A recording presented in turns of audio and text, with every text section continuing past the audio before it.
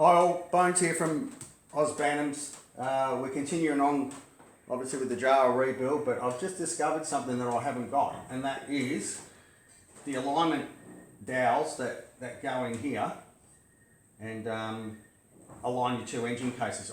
This bike didn't have them at all, so I'm just doing some measurements now, go over the lathe and I'll machine up a set of alignment dowels. After that we'll be into pressing, well not pressing, but dropping bearings in. So we'll get these dowels done. So we're making the bushes, and that's my 10-year-old grandson on the lathe, just drilling the hole out up to the centre of one of the, sorry, the dowels I was talking about, not bushes. So that's Levi there, just drilling the hole up the centre of one of the dowels, just taking it easy.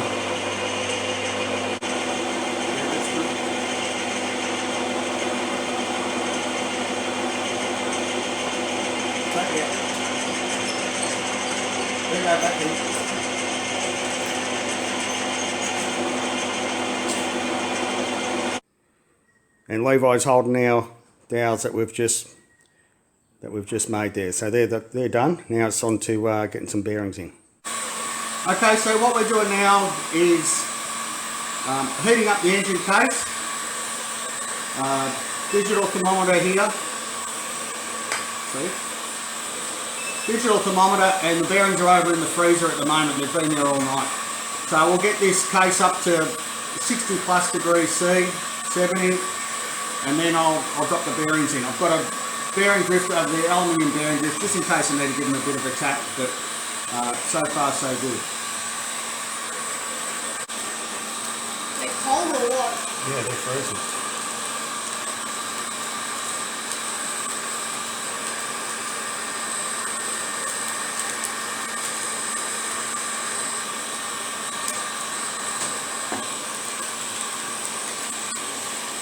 Right, take that out of the way. Take that out of the way, just leave it running though. Get it out of the way.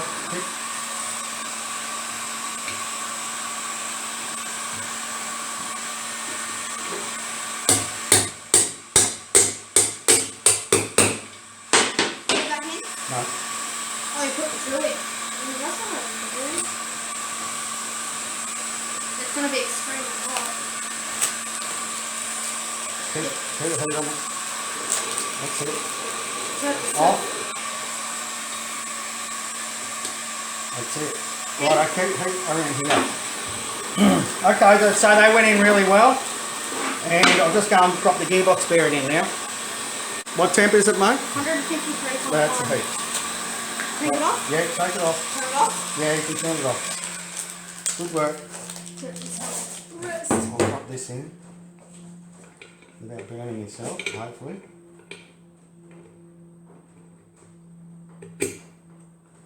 And that's it. So they went in really well. Very happy. Don't touch it, it's warm, mate. So we'll move that over there, let that cool down, and we'll put the bearings in the other side. So on this right end engine case, I've actually put the seal carrier in there because that shoulder's out the bearing there, so that gives me a position to put it to. The other thing I do, I don't know whether you can see in there, but for things like gearbox bearings, I actually write a number in there. So when all my bearings are in the freezer, I write the corresponding number on the box, so when I go to grab them, I'm minimising how much I handle the bearings, and I know I'm picking up the right bearings. So we'll get some heat into this and we'll get these bearings in. Right, little man. Right, hit that out of the way. Back in? Hit that one up. Right, mate. Turn it off? Yep. Ah, buddy, yeah. Did you get too much heat on it? Yeah, it's not quite square. That's it. That's all it took. We're in. Don't touch, mate. What's the temp there? 50s out the side there. Okay, so all our bearings are in. Very happy. We'll let those cool down. And what I'll do now is I'll get all my parts set up, laid out, ready to start the assembly. I've just pressed seals into the engine cases. They've cooled down enough. And just got everything laid out and ready to go. So we'll start getting into it. All right, some things I really like. This is the bulk kit and screw kit I got from the Java shop. It's got all your lock tabs, it's got absolutely everything in it, including like your replacement pins and even a little E-clip. But the best thing is about the workshop manuals actually list what the size of the screws are as per the part number. So that makes life a lot easier getting this back together, especially when I've never thrown a Java engine together before. So, okay, so we've got getting the gear selector mechanism in, but I've struck a bit of a problem. And I couldn't work out why this wouldn't work, but this is the kick, not only the Kickstarter shaft, it's also the gear change shaft. So it's supposed to slide around and hit the kickstart quadrant like that, but the problem is it's locking up. So over the lathe, I'll give this a polish, give this internal diameter a polish out just to make sure that's a nice sliding fit. Because once you've kickstarted it, the shaft actually this shaft springs out and allows you to change the gears through with that dog there. Inside there's a mating slot. So a bit of a unique setup, but yeah, this is bonded up, so we better free it up.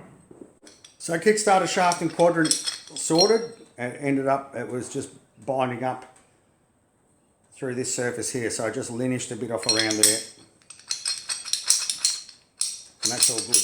So we're back underway. So crank and gearbox are now in. So we're ready to put some engine cases together. Alright, work's come to a screaming halt. I am missing a piece. When I got this engine, it was just loosely put together. It had obviously been apart. And there is a sleeve in here that goes on here, which holds that gear up against the shoulder. That's missing. So I'll have to machine one up tomorrow and case harden it to go in there. The other thing is, this screws up. You can just see it down there, the hole that comes up, and that's the spring-loaded ball that engages in the detents on the selector plate.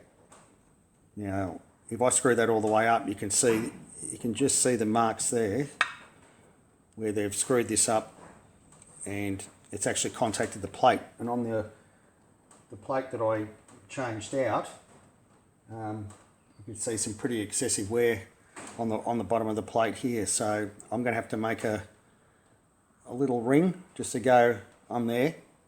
So when I screw it up, it just drops that down a bit. It only needs 1.5 mil or something like that. So we'll have to get those done, and then we'll be able to start making some more progress.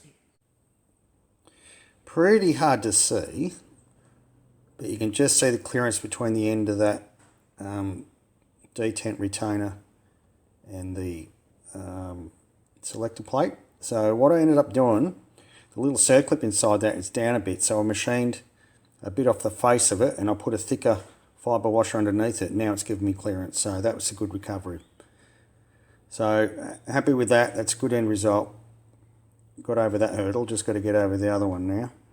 Alright, well that's about it for this episode. I was sort of hoping that I'd have at least the engine cases together before the close of play today, but it's not going to work out that way. So as I said previously, tomorrow I'll get in, I'll machine up this spacer bush for here. I actually do have another engine, but and I'm toying with the idea of splitting that and getting the piece out of that, and I still may do it. So we'll wait and see what happens there. It's pretty gnarly, the old engine, so it's going to take a bit to get apart.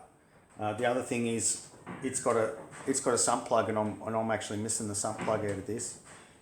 As I said before, when I got the engine, it was only loosely put together, so I think someone's had it apart and they've lost this bit. I had a really good look around, and when I pull something apart, I drop it straight in the tub to get cleaned, so I don't think it was there at all. And I don't remember seeing anything remotely like what should go in there anyway. But anyway, that's the way it goes. I hope you've enjoyed it. If you haven't clicked subscribe before, please do. And we'll keep you posted about how this engine's going. Alright, bye-bye.